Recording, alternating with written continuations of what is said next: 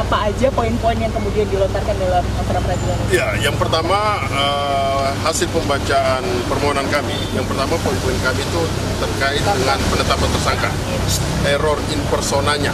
Artinya kita lebih menitik beratkan bahwa yang kami nilai di sini adalah salah orang, salah sasaran, salah objek atau error in persona.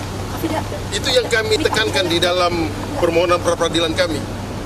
Ya, jadi semoga juga pihak termohon mampu untuk menjawab apa yang menjadi gugatan atau permohonan kami. Tinggal kita tunggu besok seperti apa jawaban mereka. Tapi yang kami tekankan adalah penetapan tersangka itu tidak sah dengan dasar, adalah orang yang salah. Kemudian kami menilai juga di dalam permohonan kami dua alat bukti yang tidak dimiliki oleh termohon. Makanya dalam persidangan ini kami akan tekankan apakah kalau mereka memiliki dua alat bukti, kita uji alat buktinya apakah sah atau tidak. Kira-kira seperti itu. Artinya dua alat bukti itu bisa saja dibawa dalam sidang pra peradilan ini? Bisa saja, memang harus mereka tunjukkan. Harus mereka tunjukkan. Dalam pokok perkara, tidak masuk dalam pokok perkara karena pra peradilan ini pada prinsipnya adalah pemeriksaan formil. Ya kan? Kita tetap merujuk kepada pasal 184 KUHP. Yang rujukannya harus ada dua alat bukti permulaan untuk menetapkan klien kami Peggy Setiawan selaku tersangka. Tapi yang kemudian ketika alat bukti itu dan harus relevan, artinya alat bukti itu, dua alat bukti itu harus sah. Kalau tidak sah, maka jalan satu-satunya bebaskan Peggy Setiawan. Dua alat bukti ini apa sih kalau dari polisi, Bang? Ya, kita belum tahu apa yang mereka mau menghadirkan. Tapi yang kami tangkap begini, dari agenda persidangan tadi, pihak kami sudah ditanyakan selaku pemohon, kemudian pihak kepolisian juga sudah ditanyakan dan kami menangkap jawaban dari mereka. Saksi tidak ada, ya kan? Saksi tidak ada, mereka hanya mengajukan satu ahli. Makanya nanti kita lihat, kemudian bukti apa lagi? Kalau seandainya ada bukti yang relevan, ayolah. Kalau seandainya saksi tidak ada, maka rasa-rasanya logika hukum saya menekankan kira-kira nggak ada saksi dalam perkara ini yang dimiliki oleh pihak termohon. Kira-kira seperti itu. Dari pihak Peggy sendiri, bukti bahwa ini terjadi salah tangkap itu apa? Tadi disebutkan memang di sidang kan ada ide apa? Jelas sekali ini yang pertama kami sampaikan. Peristiwa terjadi itu di Cirebon, Peggy Setiawan berada di Bandung, itu kami sudah tekankan. Saksi-saksinya pun juga jelas. Buktinya juga semuanya jelas. Jadi kita sudah menekankan itu. Kalau hal-hal lainnya lagi, makanya kami melihat bahwa peristiwa ini, perkara ini sudah 8 tahun lamanya. Apakah penetapan Peggy Setiawan ini sesuai? Kami menilai ini tidak sesuai karena Peggy Setiawan dan Peggy Peron adalah dua figur yang berbeda. Kira-kira seperti itu kawan-kawan. Tadi disebutkan juga kan, dijelaskan juga kan tadi karakter atau sosok yang berbeda itu seperti apa? Ya, kita sudah menjelaskan mulai dari ciri-ciri fisik, ya kan, kemudian alamat, ya kan, usia juga semuanya berbeda. Tidak bisa kita memaksakan. Makanya kami mengajukan pra peradilan ini karena kami menilai bahwa terhadap klien kami ditangkap dulu, baru dicocok-cocokkan nih, dicari saksi, cari bukti. Ini penegakan hukum seperti ini kami lihat adalah sewenang-wenang. Karena yang kami butuhkan adalah penegakan hukum yang fairness, yang betul-betul menjunjung tinggi hukum sebagai panglima. Jangan sampai begini, kita sama semua di depan hukum, tapi kita tidak sama di depan penegak hukum. Jangan sampai itu terjadi. Kira-kira seperti itu kawan-kawan. Kayak tadi sosok yang berbeda ciri-ciri itu nanti alat buktinya akan dialihkan apa, Pak?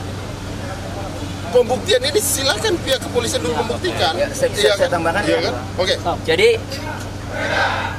alat bukti yang akan kami ajukan bahwa DPO berbeda dengan Peggy Setiawan, kami mempunyai penetapan DPO yang diumumkan oleh Polda Jawa Barat, ya, 3 orang, Andi, Dani, dan Peggy alias Peron. Itu sudah jelas kami akan jadikan bukti, ya, bahwa DPO-nya itu adalah Peggy alias Peron, khususnya dengan ciri-ciri rambutnya keriting, kulitnya tinggi 160, tinggalnya di Banjarwangunan. Nah, yang ditangkap ini rambutnya tidak keriting, Peggy Setiawan ini lurus. Alamatnya di Kepongpongan, ya, bukan di Banjarwangunan. Ya. Kemudian umurnya juga dalam DPO itu 30 tahun 2024 dan Peggy Setiawan ini ya baru saja 28 tahun. Pada saat ditangkap itu 27 tahun. Oke. Nah, kami jelaskan secara keseluruhan permohonan pra peradilan kami ada 35 halaman. Pada poinnya mempersoalkan pertama ya, karena setiap kompresi pers Polda Jawa Barat selalu mengatakan bahwa penangkapan Peggy Setiawan dasarnya adalah DPO, dasarnya adalah putusan pengadilan yang sudah inkrah, ya, maka ya, kami menyampaikan dalam permohonan pra peradilan ini pertama, ya, penangkapan, ya, tadi ada penangkapan. Penangkapan itu, ya, seharusnya seseorang harus ditetapkan sebagai tersangka terlebih dahulu. Nyatanya Peggy Setiawan, ya, ditangkap statusnya belum tersangka. Ditangkap 21 Mei, ya, pukul 10 pagi dan kemudian ditetapkan sebagai tersangka 21 Mei juga, ya, tetapi sudah setelah ditangkap. Artinya, ya, pada saat ditangkap seharusnya sudah menjadi tersangka dan sudah ada 2 alat bukti permulaan yang cukup sehingga menetapkan Peggy Setiawan sebagai tersangka. Nyatanya ini ditangkap dulu, ya, kemudian ditetapkan tersangka. Seharusnya tersangka dulu. Tidak ada dari 2017, dari 2016 sampai viralnya film Pina, tidak ada yang namanya penetapan tersangka, tidak ada yang namanya pemanggilan. Kemudian yang kedua, ya, kecuali tertangkap tangan. Kalau tertangkap tangan boleh. Ini tidak tertangkap tangan sejak kejadian terdahulu juga, ya. Itu kejadian 27 Agustus 2016. Kemudian baru ditangkap para pelaku 8 orang itu 3 hari kemudian, artinya tidak tertangkap tangan, ya. Jadi pertama mempersoalkan penangkapan, ya. Kedua, ya, mempersoalkan penetapan tersangka. Tadi karena, ya, penangkapan terlebih dahulu seharusnya penangkapan itu seharusnya sudah tersangka. Ini tidak ditetapkan tersangkanya, ya, setelah ditangkap. Nah, penetapan tersangka juga ini harus ada 2 alat bukti, ya. Sementara tadi sudah disampaikan alat bukti itu setelah ditetapkan tersangka masih dicari-cari. Kami merasakan sebagai penasihat hukum ketika mendampingi, ya, saksi-saksi terakhir, ya, di Polresta Cirebon memeriksa Dede Kurniawan saja masih mencari motif, masih mencari alat bukti yang tadinya, ya, dicari geng motor afiliasi sampai di Cirebon, ya, di Polres itu dicari Jakmania garis keras. Itu artinya kami yakin bahwa dalam menetapkan tersangka ini tidak mempunyai alat bukti. Itu poinnya. Jadi 1 penangkapan, 2 penetapan tersangka gitu. Dari kuasa hukum kira-kira ada informasi nggak sih siapa Peggy yang sebenarnya dicari ini? Apakah sudah ada informasi? Itu tadi ciri-cirinya yang dikasih tahu tuh. Apakah sudah ada orang yang dimaksud? Oh, itu kita belum ada. Enggak, sekarang begini. Kami hadir di sini semata-mata kita harus garis bawahi nih, ya. Kita harus garis bawahi bahwa Peggy Setiawan itu bukanlah Peggy Peron.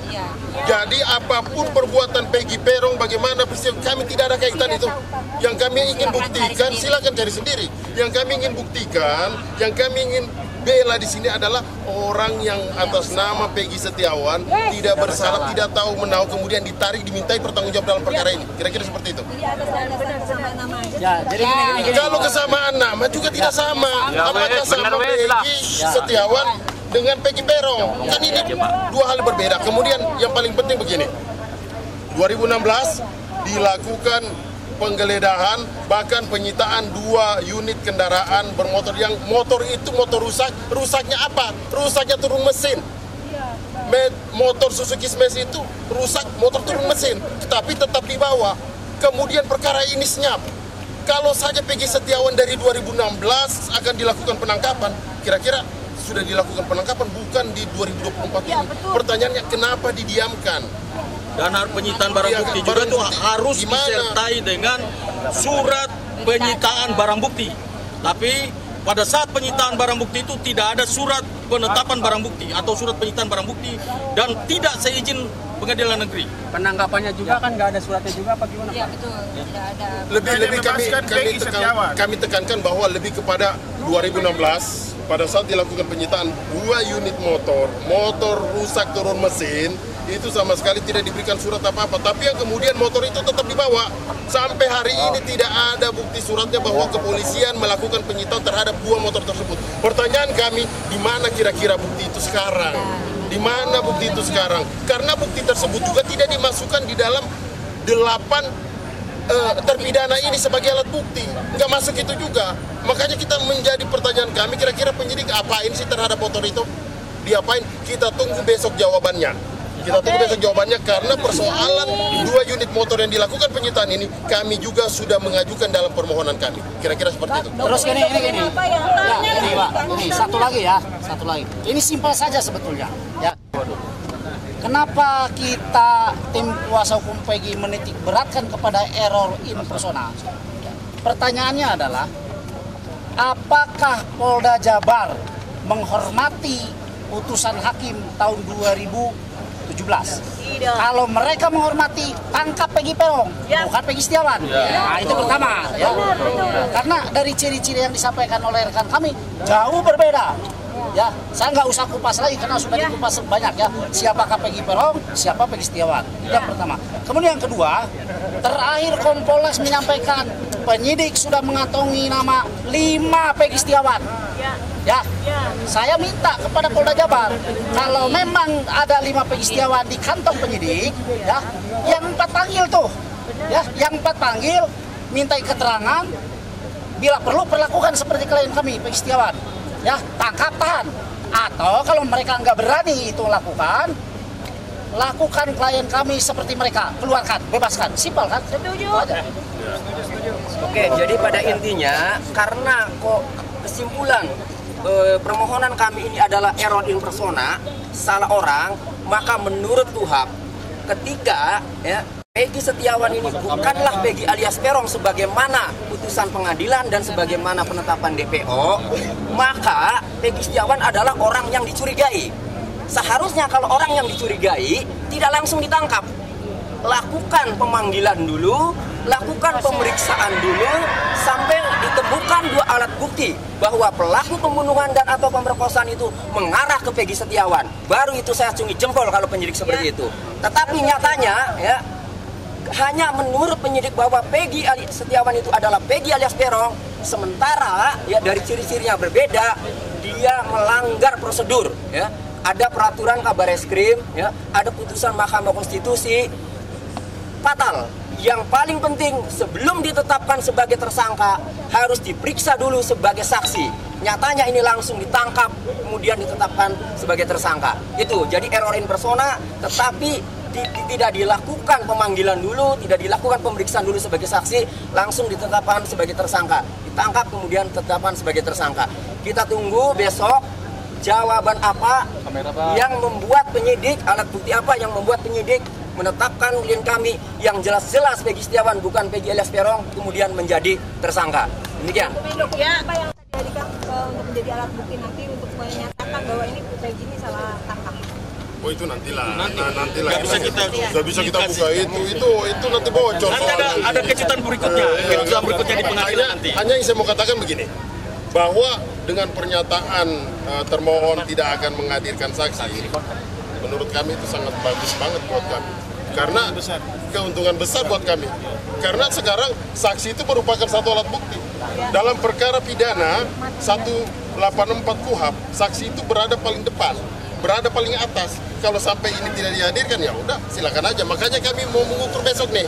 Kalau sampai dalam perkara ini yang kemudian hanya mengajukan ahli, ayo kita uji ahlinya. Tapi tadi ahli aja ya. Ahli aja. Sudah ketahuan, catat. Iya kan? Saya sudah mengancam. Silakan hadirkan AF ya. Yang awalnya dalam Komisi Polda itu diantaranya pengakuan AF, kami akan cecar. Siapa tahu jangan-jangan AF ini terlibat. Catat itu. Kemudian yang kedua, siapa lagi? Sudirman. Ya.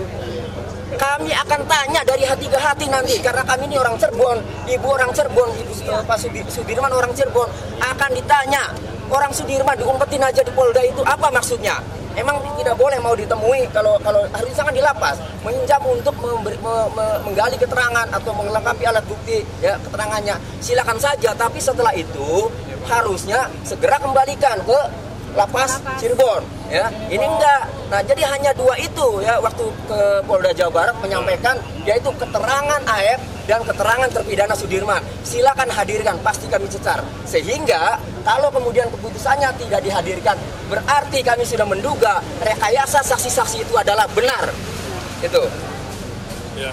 Karena bicara hukum itu cuma 2, bukti dan saksi.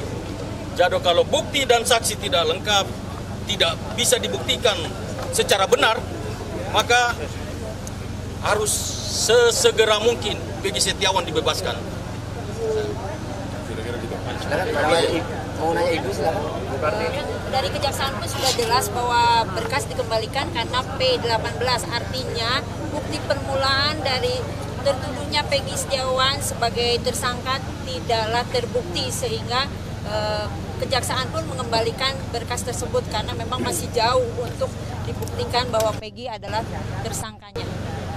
Jadi satu hal yang begini Pak, besok acaranya itu nanti setelah jawaban kami juga akan ajukan replik, terus duplik. Dalam replik nanti kami akan tegaskan juga bahwa soal penangkapan terhadap klien kami Peggy Setiawan jelas-jelas dikatakan oleh klien kami, rekan-rekan kami itu sudah perbuatan melanggar hukum, ya kan? Kewenangan. Terutama soal penangkapan. Soal penangkapan pada saat keluarkan sprint penangkapan harus diberitahukan kepada orang tua atau keluarga atau penasihat hukumnya. Tetapi ini tidak pernah ada, ya kan? Nah ini penting, ini perlu dicatat. Nanti akan kami tegaskan dalam replik besok. Terima kasih sudah ya. Terima kasih teman-teman. Oke, terima kasih ya. Terima kasih. Semangat, Pak.